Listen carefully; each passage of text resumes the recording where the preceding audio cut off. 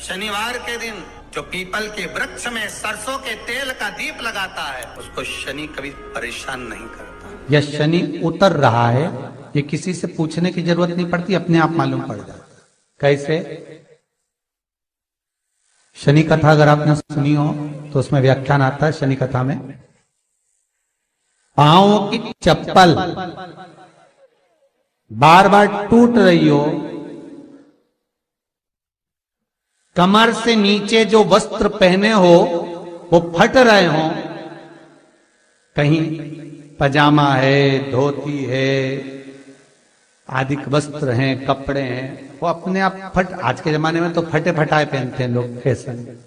उसकी गारंटी नहीं है, उसका हम वर्णन नहीं कर रहा। हम जब पहनते हम समझ जाते हैं इसको शनि तो ऑलरेडी लगा ही हुआ। जब उनका घुटना घुटनी सब फटा हुआ दिखता है तो उसमें लग जाता है कि शनि पहले से लग गया बापड़ा, उनके पहने से तो मालूम पड़े। शनि का नियम है, शनि कथा कहती है पांव की चप्पल बार बार टूट रही हो, घिस गई हो, बद्दी टूट रही हो, कुछ कर रही हो, और अगर कमर से नीचे जो वस्त्र पहने हो वो अपने आप फट रहे हो, समझ लेना कि शनि पांव से प्रवेश कर रहा, मतलब अपनी प्रखरता शनि दिखा रहा। किसी मंदिर में गए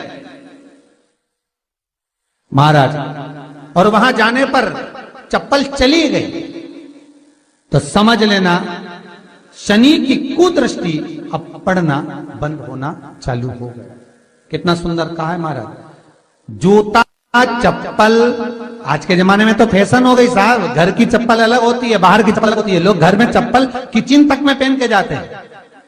अरे पानी ले जाओ सीओर से, रसोई घर में लोग चप्पल पहन कर जाते हैं, जहां भगवान का प्रसाद बन रहा है, जहां अन्नपूर्णा निवास कर रही है, और पूछो तो किचन की चप्पल है तो माथे पे रख लो। तुम अपनी मां को जरूर देखना है एक बार, वो बूढ़ी मां कितनी बार किचन में चप्पल पहन कर गई, मुझे जरूर फोन कर कर बताना। बूढ़ी मां रसोई घर में आज भी बिना चप्पल के जाती है, और बहुओं की कहीं एड़ी नहीं फट जाए, ठंड नहीं बैठ जाए, इसलिए ये रसोई घर तक में चप्पल पहनकर जाती है। सूर्य नारायण की कथा पढ़ना, शनि महाराज की कथा पढ़ना, और गरुड़ पुराण की कथा पढ़ना। जिन जिन कथाओं का हम व्याख्यान कर रहे हैं उसको पढ़ना जरूर हो। क्या लिखा है?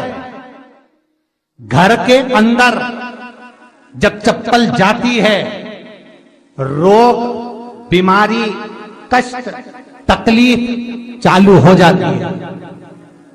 तुमने चप्पल क्यों पहनी? ठंड नहीं बैठ जाए, रोग नहीं बैठ जाए। घर के अंदर उतना बढ़ गया, एक कालीन बिछा दो, एक दरी बिछा दो, मोटा आसन बिछा दो, जिस पर तुम चल लो। जरूरी है कि कई कई लोगों को तो हमने ये भी देखा कि कालीन पर भी चप्पल पहन के चलते, और ब्राह्मणों को भोजन परोस रहे, गुरुजन को भोजन परोस रहा है, ठाकुर जी की थाली बना रहा है, ठाकुर जी का थाल लगा रहा है, तो भी चप्पल है पांव में। तेरा क्या होगा रे कालिया, क्या होगा? विचार तो करो। देह पड़ी रे जाए यहीं पर, फिर कुंडल और नगीना, क्या हरि नाम नहीं तो जीना।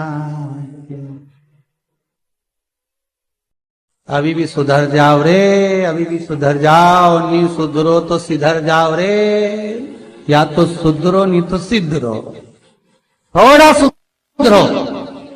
रसोई घर में अन्नपूर्णा रहती है। रसोई घर में शिव महापुराण की कथा कहती है जब भगवान शंकर को मां जगत जननी भोजन करा रही थी, शंकर जी ने वर मांगा था अन्नपूर्णा से, ए अन्नपूर्णे तुम मेरे घर के बच्चों का भरण पोषण कर रही है, इस मृत्यु लोक में जितने मनुष्य जन्म लेते हैं ये मेरे पुत्र कहलाते हैं। तो अन्नपूर्णा ने कहा चिंता मत करना भोलेनाथ, जिस जगह पर एक स्त्री, बेटी, कन्या या घर की बहू या बूढ़ी मां भोजन बनाएगी, उस जगह पर मैं अन्नपूर्णा उसके शरीर में प्रवेश करूंगी, रसोई घर नहीं होगा, वो मेरा और तुम्हारा मंदिर कहलाएगा।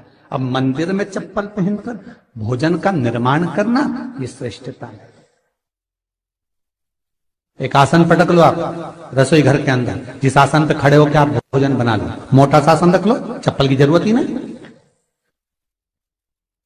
श्रीमद् भागवत कथा कर रही है, तुलसी का मात्र तो शनि अपनी दृष्टि बता देता है।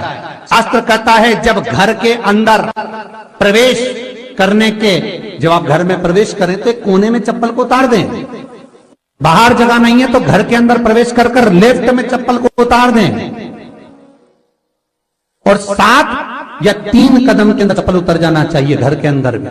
और उसके बाद अगर चप्पल अंदर प्रवेश कर रही है तो राहु केतु शनि के साथ प्रवेश करते हैं, जिसके घर में बीमारी कभी पीछा नहीं छोड़ती। शनि कथा, सूर्य की कथा का स्मरण करिए, आपको मालूम है, पहचान हो जाता है। महाराज तुलसी बता देती है कि आपके घर की दशा क्या है। बार बार जल डालने के बाद भी तुलसी सूख रही है, बार बार आप पूजन कर रहे हैं, पाठ कर रहे हैं, तो भी तुलसी के दल सूख रहे हैं। तुलसी बता देगी कि तुम्हारे घर में तकलीफ आने वाली है, कष्ट आने वाला है, सूख रही है। किसी ने जरूर कुछ ना कुछ ऐसा है कि इसमें घर में कुछ तकलीफ आएगी, तुमने लगाया फिर सूखी, फिर लगाया फिर। तुलसा महारानी बता देती है कि कष्ट है। और जिस गमले की तुलसा घेर घमोर हो, फलित तो हो, आनंद में हो, तो उस घर में फिर दुख नहीं आता, समृद्धि खुद बढ़ती चली।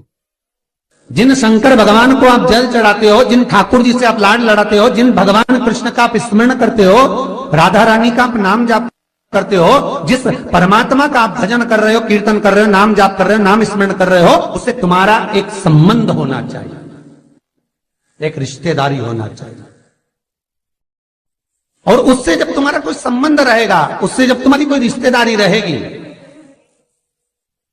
तो उस रिश्तेदारी में जैसे ही आपके प्राण छूटे, और छूटते से ही आप जब गए, तो जाते ही आप कहोगे कि कृष्ण से मेरा ये संबंध है, वो मेरा पुत्र, वो मेरा भाई, वो मेरा बेटा, वो मेरा सगा, वो मेरा रिश्तेदार, वो मेरा कुटुंबी, वो मेरा पुत्र। जब कहोगे तो तुरंत प्रवेश हो जाए। महाराज भगवान से संबंध होना चाहिए। कई लोग भगवान को सवेरे से रिझाने बैठते हैं तो भगवान को बनी बनाई बात कहते हैं, ये पाठ कर लो, ये पाठ कर लो, ये पाठ कर लो, ये स्तुति कर लो, सारा बना बनाया। तुमने